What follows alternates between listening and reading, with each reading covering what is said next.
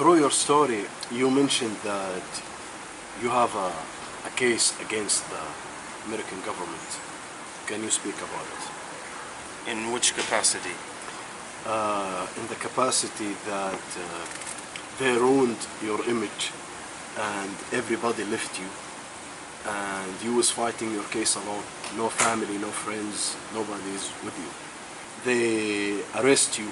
9/11 and the war on terror focused attention on material witness laws, and a report in today's New York Times raises questions about how those laws have been used. Let's begin with the story where you begin, and that is of Abdullah al-Kid. This is a former college football star in Idaho. He's an American kid. He happened to convert to Islam. He became very interested in it. He was going to go to Saudi Arabia to study Islamic doctrine. And the FBI arrested him in public at Dulles National Airport, put him in handcuffs, shackled him, but they never charged him with a crime. And also, this material witness statute under which they held him is meant to hold people for testimony in cases against others. What critics are saying is that the law is now being used to investigate me, to hold me long enough to figure out if you can charge me with a crime. People treat him like he's an ex-felon. He's got this record, and yet never to this day been charged with any crime, and interestingly, never called to testify.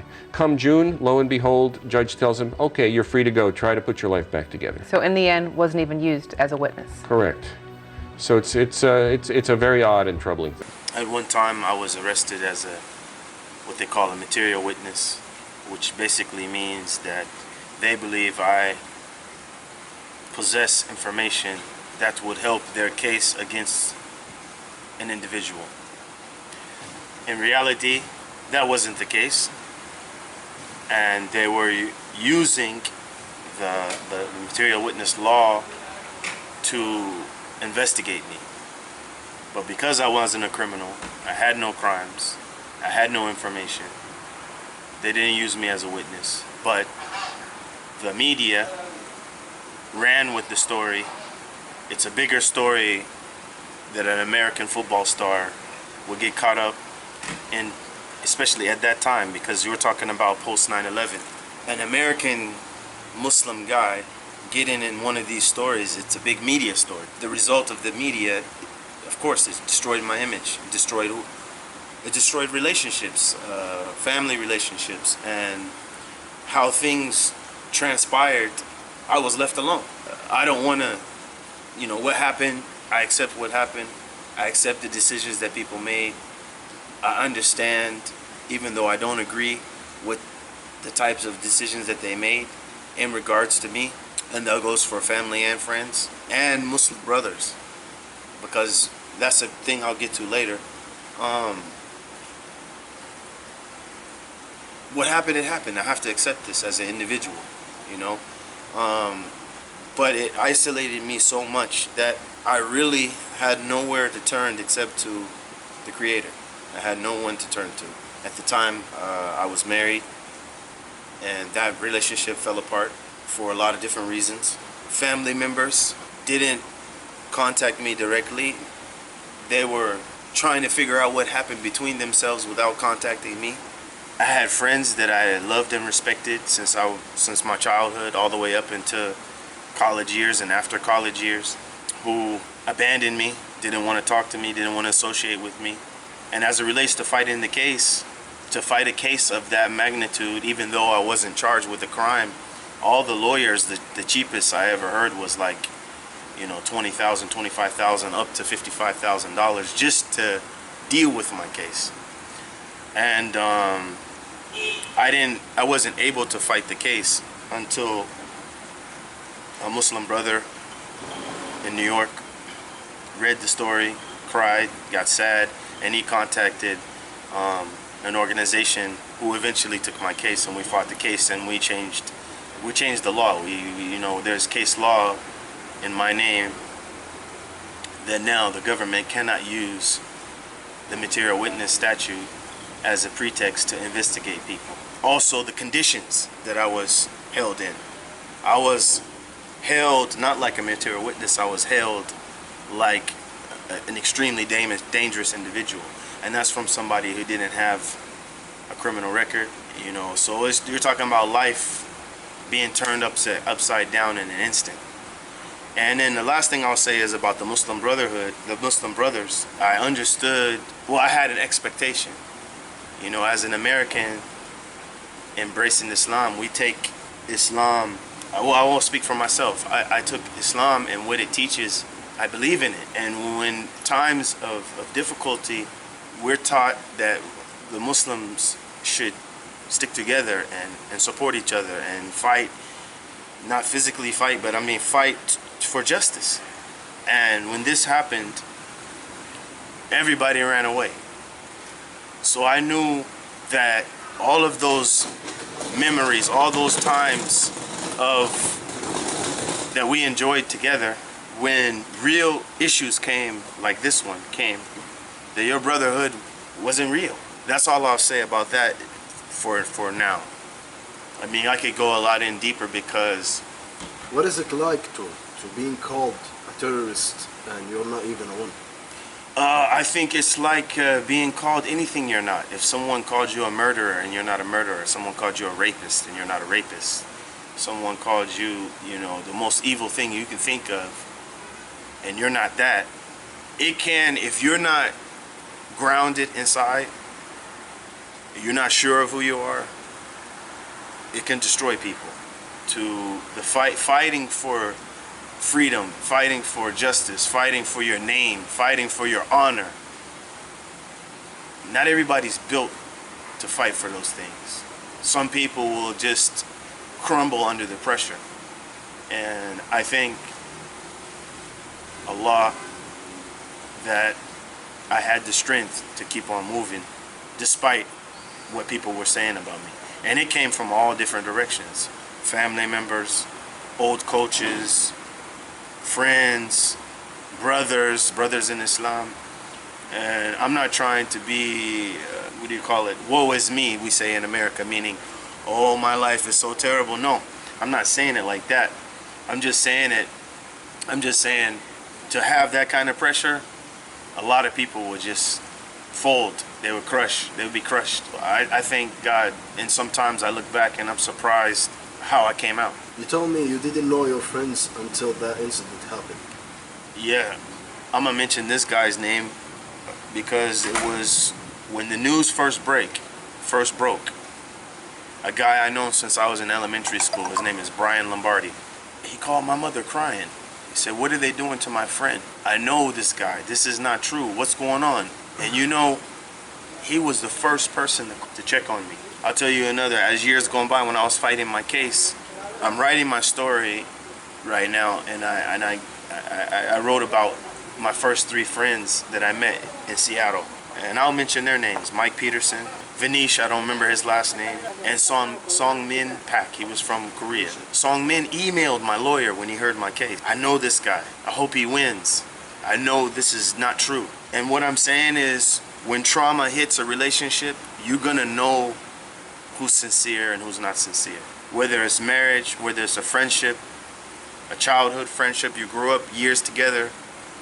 I believe all relationships has to meet a crossroad. The crossroad is the trauma most of the time. Sometimes trauma doesn't necessarily mean negative. Let's say 2 guys got into business and they both become multimillionaires. Now money is the trauma. Money is the trauma. I learned who my real friends were. And I learned how people really viewed me as an individual, regardless of our relationship, whether it was blood relationship, whether it was Muslim brothers, or whether it was my friends, my childhood friends. You said that you're writing your story.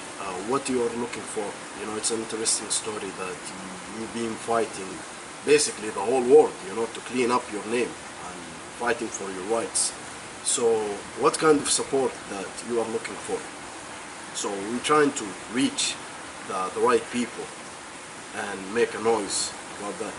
Well, let me say the purpose of this. Let me tell you the purpose before I get to that part. The purpose of the story is my story in my own words. Because there's a cliche statement I said in the newspaper that I'm as American as apple pie. And that's not the name of my book. But I'm just saying, no one has ever heard my story from my point of view. So this is my chance to tell my story, an American guy from his earliest moments in life, getting all the way up into this point and what happened afterwards. Support-wise, I would like a talented writer to work with me, just to give me some guidance in the way I'm writing the best way I can right now. And it's slow and it's difficult and it's painful. The problem with me in writing is that I get the visuals and a movie plays in my head, and then I get stuck. My hands don't work when that movie starts, because it's like I watch the movie in my head. I relive the whole moment. So that's where you need a talented writer to kind of guide me in my writing. Also, I would like a talented director and producer, so that we can make from the book, we also make a documentary. And this is going to be a documentary in my form. You know, I filmed a documentary in 2012 by a very well-known journalist, writer, and politically active guy. He's a well-known person, and I thank him for that. And but it never got released. So I want to do it in my voice, meaning not necessarily literally in my voice, but this is my story. I want to tell it how I want to tell it. You know, that's no disrespect to my lawyer, but a lot of times when I talked, because we were fighting the case, I had to talk, you know, kind of scripted. Right. You know, kind of in a certain way that fit within the bounds of the lawsuits. Now that we're finished with the lawsuits, I want to tell the story in my own style, in my own way, without violating. I will be consistent, but without the strict rules of the case. You know, when you have to talk a certain, you know, so the case is over with now, and I want to tell it in my story, so that I'm looking for that. Of course, if there's a sponsor, gets to know the case, gets to know the story, likes the story, I believe that if we had a sponsor, there's a lot we could do. Motivational speaking, traveling around, talking to different people, to give them motivation to strive and struggle through difficult moments in their life. Also life coaching, understanding, learning how to read people and understanding and having predictable outcomes. I always talk about predictable outcomes in the gym, but how about predictable outcomes in relationships?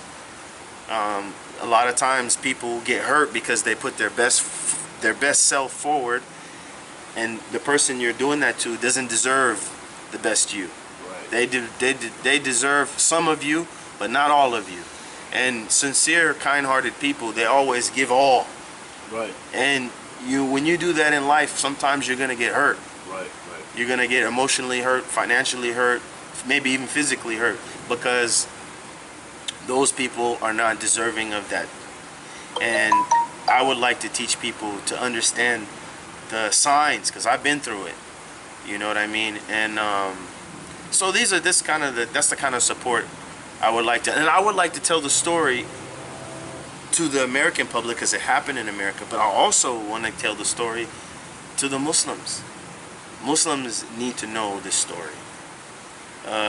Muslims need to know, because there's lessons in this story.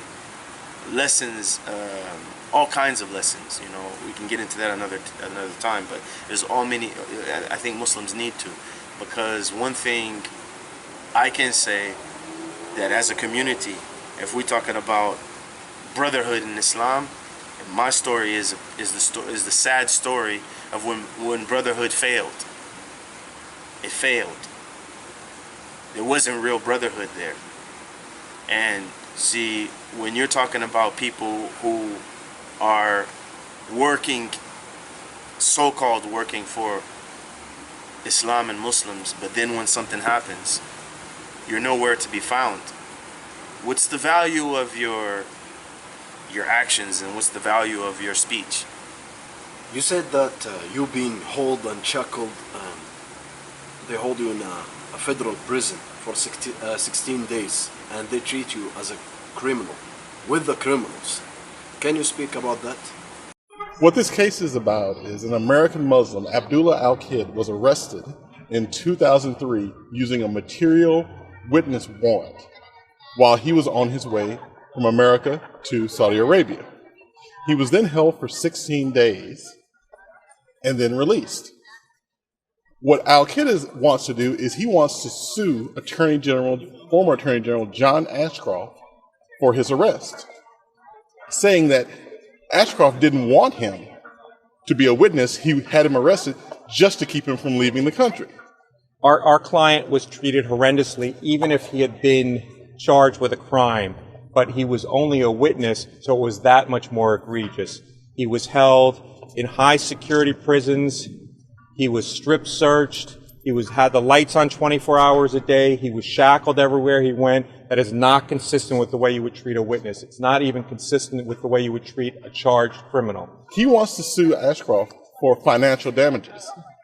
But the Obama administration is defending the former Attorney General, saying that a lawsuit against an Attorney General in the future might prevent other Attorney Generals from doing their jobs. They want Ashcroft to be immune from these type of lawsuits. However, the lower courts have said that this lawsuit can go forward. The Supreme Court will have to decide in the future whether attorney generals can be sued financially for using material witness warrants for preventative detention, to just hold people they suspect might be guilty of other crimes. Our concern is that with respect to our client and many other people after September 11th, the statute was not used for its intended purpose to secure someone's testimony where it's genuinely needed, but to actually lock them up where there was no hard evidence to convict them of a crime. The Fourth Amendment to our Constitution requires that there be probable cause of a violation of the law. It has always required that, and the court has said that for more than 2 centuries. The government cannot use this statute as an end run around the Fourth Amendment. That's what happened after September 11th. And that's what we would like the court to say. It cannot be used as an... Yeah, the way the system classified me, this is so layered. Initially, I was put in Alexandria, Virginia Detentional Center. And there they put me in a cell that they kept all the famous people in. And I was in the worst of the worst area. I mean, the guy who used to bring me my food was famous. Famous for his crime. My neighbor had a famous crime. So I stayed there for about a week. Before that, I was 3 days in a holding cell with another criminal. And if you're talking about a witness, and this witness is for your case, you would think that I would be protected, but I wasn't. Then I went to Oklahoma. It's a federal transit center. It's like a hub for transferring federal inmates from place to place. So I stayed there just for like a day. And then I went to Boise, Idaho, Ada County Jail. And I stayed there for about another 8 days. And then after that, I was in what they call pre-trial supervision or something like that. And basically for another 15 months, I used to have to call a number and check in before noon every Monday. And then once a month, a local lady would come to the house and make sure I was living at the address that the judge ordered me to stay at. And so that's what it's like. I mean, you don't have, there's certain things I won't talk about on camera that happened. I think the people who've been through the federal system, they know what I'm talking about, and people who've been through different issues legally, they know what I'm talking about. But there's a lot of things that I wouldn't never talk about on camera that happened during this 15, 16-month period where I was under this pretrial supervision. There's a lot of things that happened. After the incident happened and the media ruined up your image, basically you were suffering to find a job, and especially to keep your beat. And as a Muslim, it wasn't easy to find a job. Can you speak about it? Well, you suffered because you're a Muslim, and well, you never let Islam go. Well, I'll tell you something. You know, just life in America in general. Islam is, even though in some cities there's a lot of Muslims, in the West Coast we're not like the East Coast, where you might find certain cities and places where there's a lot of Muslims. And those places are more, you could say they're more tolerant than other places. Where I live on the West Coast, Muslims are few.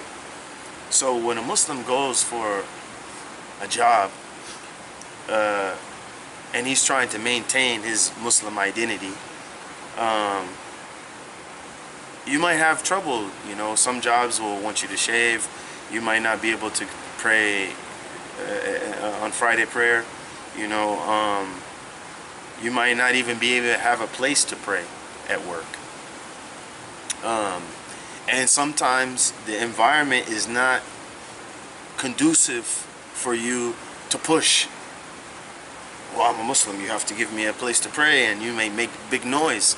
Sometimes life doesn't, the situation doesn't afford you time for that fight, because the fight at that moment is food, shelter, clothing, survival. So yeah, I suffered. The court put me in Las Vegas. Most of the job market there is casinos. Personally, and I'm not judging anyone else, I didn't want to work in a casino. To me also, for what I'm fighting, maybe it didn't mean anything, but it didn't look good. To me, it didn't look good on paper that I work at a casino. You know, I rather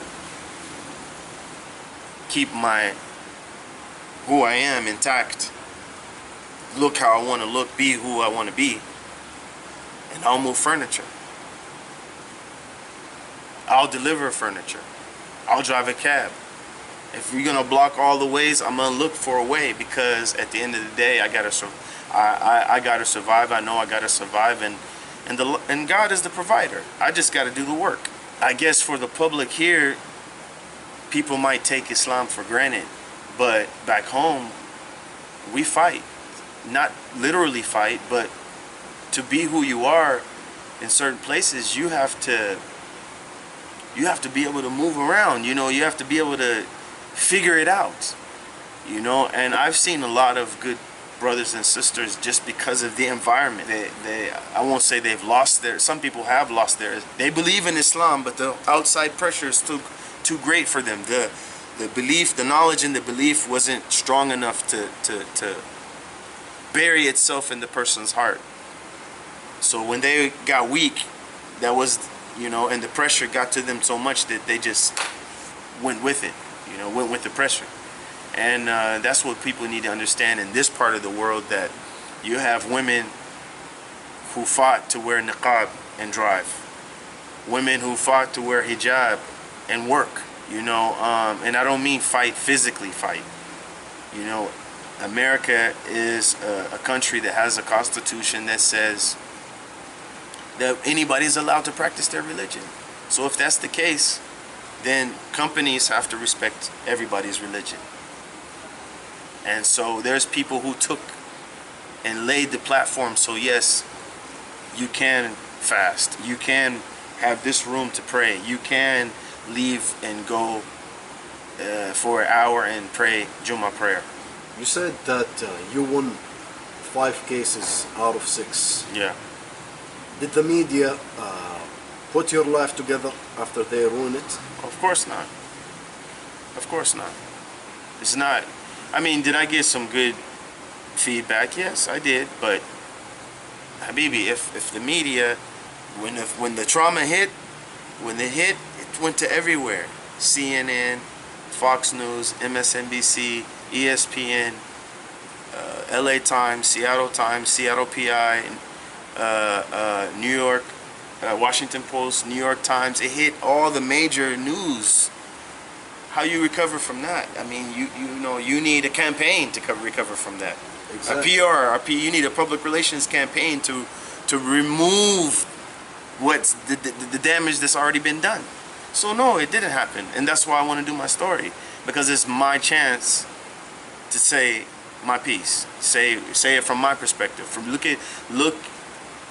at this scenario from my eyes. Right now, we didn't finish your story. If the people would like to research about your story and your situation, what happened in the past, where should they go? I mean, you can Google my name. I mean, you can Google my name. You'll get a lot of different articles. If you get the 2003 articles, these are all negative articles about my arrest. As the years build up until 2012, 13, 14, 15, these are all articles that are in my favor, and they tell the successes of my lawsuits. That's basically when you're gonna get is on there. You can listen to the case that we lost against former Attorney General. You can hear the whole Supreme Court justices, which is the highest court in America, evaluate my case. It's all on YouTube. It's on YouTube. Even I have on our YouTube page, I have somebody creative made all these puppets of dogs, the whole case with puppets of dogs, and it's quite interesting. But when you listen to the case, you can see that even, like, for example, Supreme Court Justice Ginsburg, I mean, she's very old right now, but she spoke, even though she voted against me, she spoke in favor of me. When you get cases to that level, it's more than me now. Now we're talking politics. Now you're getting heavy into politics. I was just happy that the case got to the highest court, and that people understood, big people that don't share my lifestyle. They don't know. I know Ginsburg and the other people that are the 9 Supreme Court justices. They didn't live a life like me. Not even close. They probably, and I don't want to put judgment on them, they probably lived a privileged life. I didn't live a privileged life. I lived a comfortable life. To see people that have absolutely a total different lifestyle, different belief system, different way they were brought up and everything else, to see them hear my story, the story got to them, is amazing. It's amazing. It's an honor to have that my story got that far. You told me that your case went to universities in somewhere in Europe. No, in America. In America. Yeah. I'm not saying that it didn't go to Europe, but I know for sure they're teaching your case. Yes, in Yale and in Harvard Law School. Actually, the Yale students, I wish I had that picture, but it's a huge picture in Washington, D.C. when they were at the Supreme Court justices, a big group of students, because this is a case that you can teach from, because we made case law twice in this process, meaning lawyers will cite my case in the courtroom. So this is big, this is huge, that we change something in America. This is what I always talk about when to athletes, training like a champion and being a champion to write your name in history.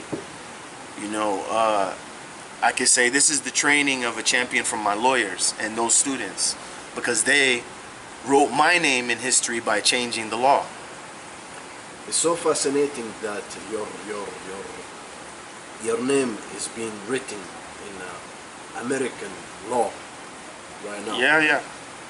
Yeah. It's sometimes they say on the streets, God takes you through it to get you to it. Get you to what? A point that you need to get to. And the journey is rough. It's difficult. It's painful. There's tears. Maybe some blood's gonna drop. But it's all what? To get you to somewhere else. And so I guess patience, perseverance, inner strength, yaqeen, certainty, sincerity. These are the things that's gonna keep your boat afloat. You know, if you have weaknesses in certain issues and you go through something like what I went through, your ship is gonna sink probably. Or you're gonna need somebody to give you a lifeline and pull you out. Otherwise you'll drown.